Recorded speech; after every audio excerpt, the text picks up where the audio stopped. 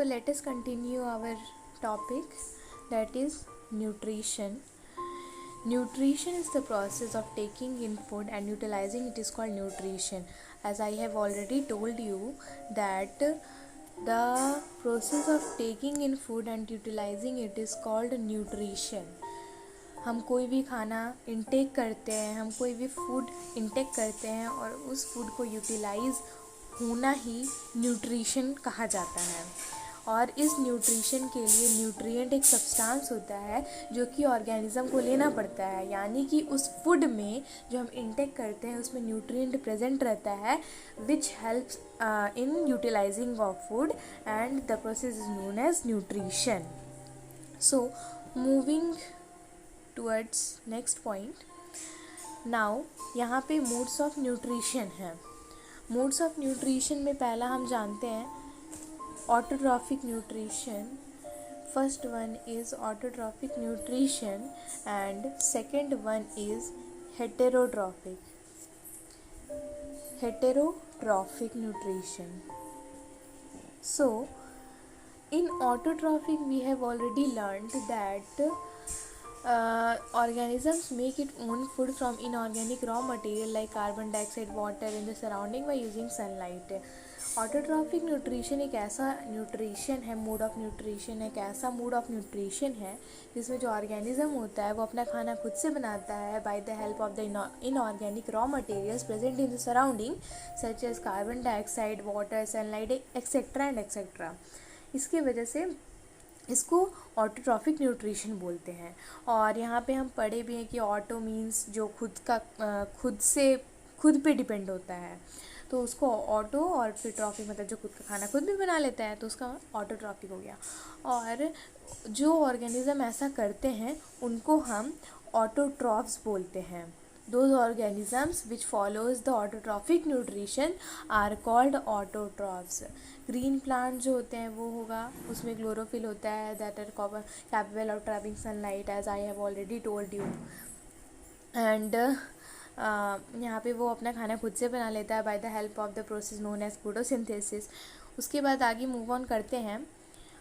फिर यहाँ पे the process of by which green plants make their own food from carbon dioxide and water in the presence of chlorophyll photosynthesis. और ये equation एकदम very much important है. 6CO2 जब बाहर का सराउंडिंग का जो CO2 होता है, जो कार्बन डाइऑक्साइड है, वो लीव्स में जाता है और H2O मतलब पानी जो सॉइल से मिलता है उसको, वो दोनों कंबाइन करके हमारा ग्लूकोज फॉर्म करता है जो लीफ में बनता है, और O2 है वो रिलीज़ कर देता है जो हमारे जैसे एनिमल्स लेते हैं. O2 हमारे लिए हेल्पफुल है और CO2 जो है वो प्लांट्स के लिए हेल्पफुल है. नाउ इसको एकदम वेरी इंपॉर्टेंट, इसको तो याद करना है. नाउ अब इसी को रिलेटेड 4 पॉइंट्स हैं. हम कैसे मतलब कहाँ से ये चीज़ प्राप्त होते हैं कि प्लांट्स कहाँ से ये पाते हैं अपने फोटोसिंथेसिस को पूरा करने के लिए. The carbon dioxide gas is taken from air. Carbon dioxide air से मिलता है, और जो सॉइल होता है वो वाटर से मिलता है. सनलाइट होता है वो केमिकल रिएक्शन को परफॉर्म करने में हेल्प करता है जो कि सन से मिलता है. क्लोरोफिल जो वो एब्जॉर्ब करता है सनलाइट को, जो कि प्लांट के पास ऑलरेडी होता है. नाउ उसका नेक्स्ट पॉइंट है the carbon dioxide enters the leaf. और स्टोमाटा का यहाँ पे एकदम वेरी इंपॉर्टेंट फंक्शन याद हमेशा रखना है कि स्टोमाटा फर्स्ट ऑफ ऑल की एक्सचेंज ऑफ गैसेस में हेल्प करता है, और second thing that is it helps in transpiration. तो इसके अंदर ऐसा क्या होता है जो ये सब कर लेता है? इसके अंदर ये कंटेन करता है guard cells which helps in the opening and closing of stomata. तो कार्बन डाइऑक्साइड इन्हीं टाइनी पोर से एंटर करते हैं और वाटर जो होता है वो लीफ में थ्रू सॉइल से जाता है. Now moving on to the next point. The end product of photosynthesis are oxygen and glucose. यहीं पे दिख जा रहा है कि जो ये फॉर्म किया तो इसका एंड प्रोडक्ट जो ये तो रिएक्टेंट है आपका, ये प्रोडक्ट है आपका. तो प्रोडक्ट में आपका C6H12O6 मैंने आपको पहले भी बता चुकी हूँ कि ये ग्लूकोज का फॉर्मूला होता है और 6O2 आपका रिलीज़ हो रहा है जो हम लेते हैं. तो यहाँ पे बाई प्रोडक्ट्स या एंड प्रोडक्ट जो हम बोल सकते हैं वो ऑक्सीजन और ग्लूकोज है. Now The extra glucose is converted into starch. It is stored in the leaves of plants. अब जो एक्स्ट्रा ग्लूकोज बच जाता है, जैसे कि हमारे लिए कभी कभी खाना ज़्यादा हो जाता है तो हम उसको फ्रीज़ में रख देते हैं, तो या तो फिर कोई और कंटेनर में रख देते हैं जिससे वो ख़राब ना हो, फेंकते नहीं है, जनरली ऐसा होता है।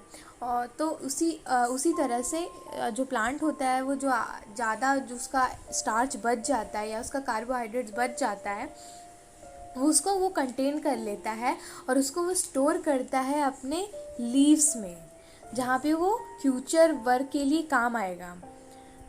नाउ फोटोसिंथेसिस होते समय 3 पॉइंट्स या 3 प्रोसेसेस टेक प्लेस होते हैं जिन्हें हमें लर्न करना है, और समझ जाएगा तो ऑलरेडी लर्न हो जाएगा।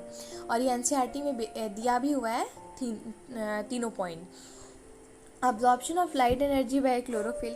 अब यहाँ तो क्लोरोफिल का फंक्शन फर्स्ट में बताया गया है। फंक्शन बताया गया है कि वो एब्जॉर्ब करता है सनलाइट को। And second point is conversion of light energy into chemical energy and splitting of water into hydrogen and oxygen.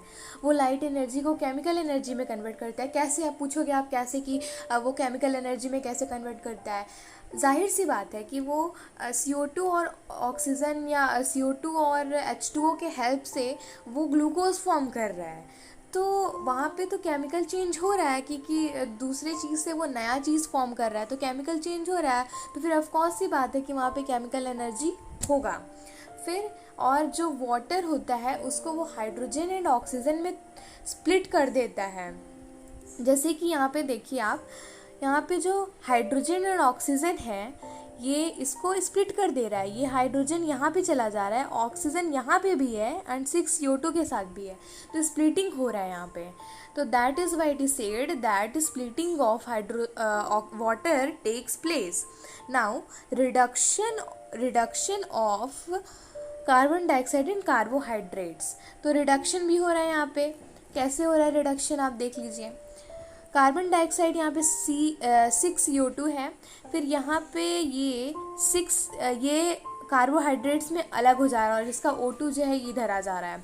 तो यहाँ पे बोला जा सकता है कि कार्बन डाइऑक्साइड रिड्यूस हो जा रहा है कार्बोहाइड्रेट्स में। Okay, now moving on to the next, we will find a diagram. This diagram is of stomata. Stomata is what I have already told you, I have told you that stomata is the tiny pores present on the leaves which helps in transpiration and exchange of gases. So वहाँ पे stomata में मैंने आपको बताया कि guard cells present होता है, तो वो गार्ड सेल्स के कैसे उसमें क्या होता है कि वो खुल जाता है कि कैसे बंद हो जाता है, वो आई विल डिस्कस दिस। तो ये diagram you will be able to see. This is your nucleus है, स्टोमा है, सेल वॉल तो होता ही है, क्लोरोप्लास्ट होगा, ये स्वेलन है, मतलब कि वो फूला हुआ है, और एक वो होता है, तो उसका 2 कंडीशन होता है, या तो वो स्वेल करेगा और या तो वो श्रिंक करेगा। Now discuss on to the main points. Stomata is present at surface of the leaf. Stomatal pores are surrounded by guard cells. They control opening and closing of stomata. अभी मैंने आपको बताया। तो फिर उसके बाद when water flow, यहाँ पे 2 कंडीशन आते हैं कि जब पानी गार्ड सेल में जाता है तो वो वाटर जब फ्लो करता है गार्ड सेल में तो वो फूल जाता है, स्वेल अप हो जाता है, तो वो कर्व शेप में आ जाता है, इस शेप में आ जाता है, ये कर्व है, और पोर्स जो होता है ऑटोमेटिकली ओपन हो जाता है। और सेकंड कंडीशन क्या होता है, जब गार्ड सेल श्रिंक होता है, पचका हुआ रहता है, तब वो स्प्रेड हो जाता है ऑटोमेटिकली। अगर देखोगे आप, इसमें कुछ भरा नहीं हुआ है, तो ये ऐसे इस टाइप का है, और अगर आप देखोगे इसमें कुछ अगर है नहीं, पानी वानी है नहीं, तो ये इस टाइप का होगा ना, तो श्रिंक हो गया ये। तो यहाँ से पता चलता है ये पोर्स जो है वो क्लोज हो गया और ये ओपन है। ठीक है, उसके बाद आगे बढ़ते हैं। Gases exchange in plants take through stomata. The inroad leaves, stomata is present in lower surface. In narrow leaf plants, stomata is present on lower as well as upper surface. Okay, now moving on to next, that is our important point, heterotrophic nutrition. अभी हमने बात किया autotrophic nutrition का, तो उसमें खाना खुद में बनाया जाता है और किसी के ऊपर डिपेंड नहीं किया जाता है। लेकिन autotrophic nutrition is totally opposite of it, the mode of nutrition in which organism can not make its own food from simple organic material and depend on another organism for its food.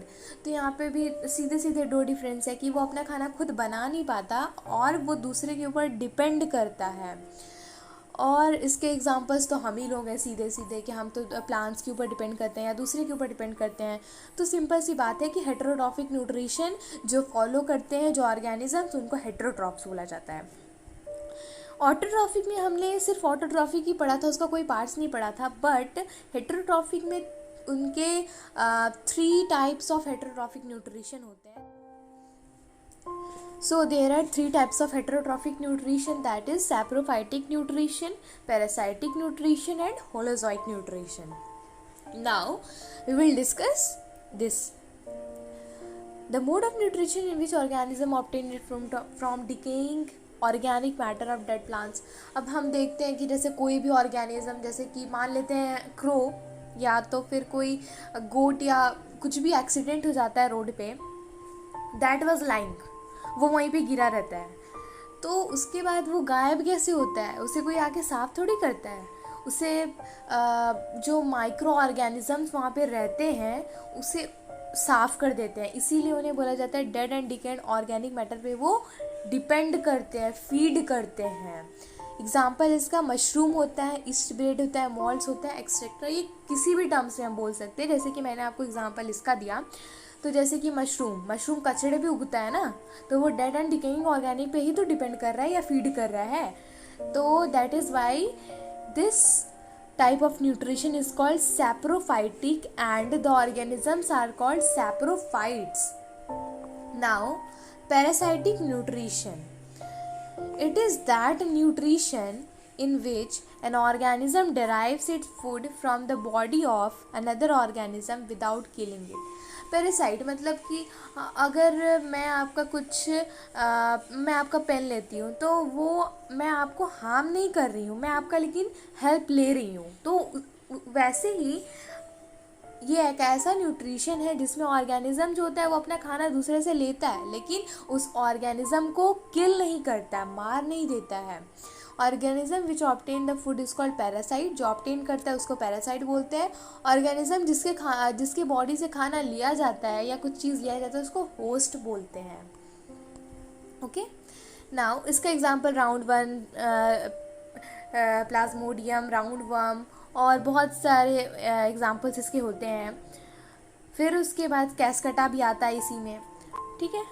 Holozoic nutrition, it is that nutrition in which an organism takes the complex organic food material into the body of मतलब कि हम खाना लेते हैं in the form of solid और liquid लेते हैं, उसी को होलोजोइक न्यूट्रिशन बोलते हैं। जितने भी हमारे जैसे एनिमल्स आते हैं उनको होलोजोइक न्यूट्रिशन के अंदर रखा गया है। ऐसा न्यूट्रिशन है जिसमें कॉम्प्लेक्स और टेक्स द कॉम्प्लेक्स फूड लेते हैं। यहाँ पे कॉम्प्लेक्स ऑर्गेनिज्म नहीं होगा, कॉम्प्लेक्स ऑर्गेनिक फूड होगा जो हम लेते हैं through the process of ingested digest होता है, एब्जॉर्ब्ड होता है बॉडी सेल में, उसी को होलोजोइक न्यूट्रिशन बोलते हैं जो हमारे अंदर होता है। That is man, cat, dog, frog, fish etcetera. Okay, now अब यहाँ पे हमारा न्यूट्रिशन टॉपिक कभी कंप्लीट नहीं हुआ है, बट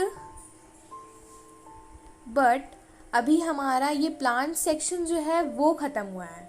नाउ ये एनिमल सेक्शन जो है उसमें आपके सारे प्रोसेसेस को एक्सप्लेन किया गया है, which I will discuss in the next video.